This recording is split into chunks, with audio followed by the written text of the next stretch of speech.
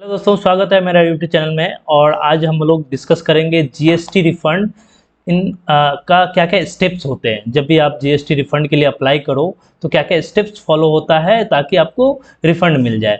तो मैं ये छोटा सा वीडियो बनाया हूँ, आप लोग बस एक बार प्रोसेस समझ लीजिए। इससे रिलेटेड कोई क्वेरी हो तो आप मुझे कॉल कर लीजिएगा, मुझे मेल कर दीजिएगा, मैं आपके क्वेरी को रिप्लाई कर दूंगा। तो देखिए, सबसे पहले कोई जिस भी पर्सन का आइदर आईटीसी एक्युमुलेट हो गया है तो उसे रिफंड के लिए एप्लीकेशन डालना पड़ेगा।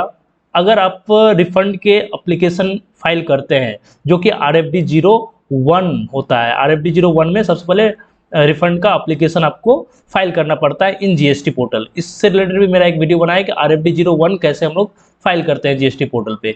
मैं अभी समराइज वे में बताता हूँ क्या क्या प्रोसेस होता है रिफंड का।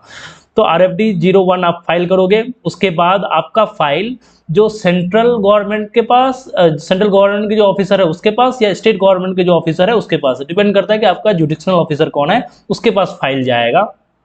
उसका वो जो ऑफिसर है सीजीएसटी या एसजीएसटी ऑफिसर जो भी होते हैं, वो आपके रिफंड एप्लीकेशन को प्रोसेस करेंगे। रिफंड एप्लीकेशन जब एक बार प्रोसेस हो जाएगा तो वो सैंक्शन कर देंगे। लेकिन सैंक्शन करने से पहले जो इसमें मान लीजिए अगर जीएसटी ऑफिसर के पास एक 15 दिन के अंदर वो डिफिशियंसी मेमो इशू कर सकता है। अगर उसे लगे कि कुछ डॉक्यूमेंट्स आपको जो देना चाहिए वो अगर डॉक्यूमेंट्स नहीं दिए हैं तो आप वो RFD 03 में वो डिफिशियंसी मेमो आपको दे सकता है। तो बी केयरफुल, RFD 03 भी आपको इशू हो सकता है। लेकिन अगर वो सब कुछ उसे सही लगा तो वो डायरेक्टली रिफंड सैंक्शन कर देगा। रिफंड सैंक्शन करेगा तो उसका ऑर्डर किस में देगा? RFD 06 में। रिफंड जब भी कभी सैंक्शन करता है तो वो ऑर्डर, जो रिफंड का जो ऑर्डर होता है वो RFD 06 में होता है। लेकिन पेमेंट जो ऑर्डर होता है, जो पेमेंट एडवाइजरी होता है, वो RFD 05 में। तो याद रखिएगा, आपका जब रिफंड सैंक्शन होगा तो आपको दो RFD 06 में ऑर्डर मिलेगा और RFD 05 में पेमेंट एडवाइजरी मिलेगा। मीन्स कि आपको कितना पेमेंट किया जा रहा है। मान लीजिए आपका 100 रुपये का रिफंड सैंक्शन हुआ, 100 रुपये का पेमेंट एडवाइजरी हुआ। कभी कभी क्या होता है कि रिफंड आपका सैंक्शन तो 100 रुपये का हुआ, लेकिन मान लीजिए कि पेमेंट एडवाइजरी हो सकता है कि 90 रुपये या 95 रुपये का है। वो हो सकता है कि कुछ लाइबिलिटी आपका पास्ट का हो, वो एडजस्ट कर सकते हैं। देयर इज अ प्रोविजन कि आपका पेमेंट एडवाइजरी भी ऑफिसर देगा, अगर कुछ पास्ट का लाइबिलिटी रहेगा तो वो एडजस्ट कर देगा। ये दोनों ही RFD 05 और RFD 06 ये कॉमन जीएसटी पोर्टल पे आपको दिखेगा। उसके बाद जब ये आप और ये ARN नंबर से आप रिफंड स्टेटस में जाके आप देख सकते हो कि आपका रिफंड का क्या स्टेटस है। तो आपको कॉमन पोर्टल पे ये जाके रिफंड स्टेटस में, सर्विसेज में जाके रिफंड स्टेटस में जाके आप देख सकते हो। वहाँ पे कॉमन पोर्टल में आपको दिखेगा कि PFMS, public financial management system, ये जो होता है PFMS अभी इंडिया में एक ही है। इंडिया में मीन्स दिल्ली, जितना भी जो भी स्टेट्स का रिफंड सैंक्शन होता है उसका जो प्रोसेस होता है, पेमेंट जो रिलीज होता है वो दिल्ली से होता है। इसका क्या प्रोसेस है? एक बार मान लीजिए रिफंड सैंक्शन हो गया तो ये स्टेट वाइज ये सभी जो डॉक्यूमेंट्स होते हैं वो PFMS के पास जाता है। PFMS क्या करता है? हर वीकली बेसिस पे या 15 दिन के बेसिस पे वो रिफंड को प्रोसेस करता है, मीन पेमेंट को प्रोसेस करता है। पेमेंट प्रोसेस 15 दिन या वीकली बेसिस पे करता है।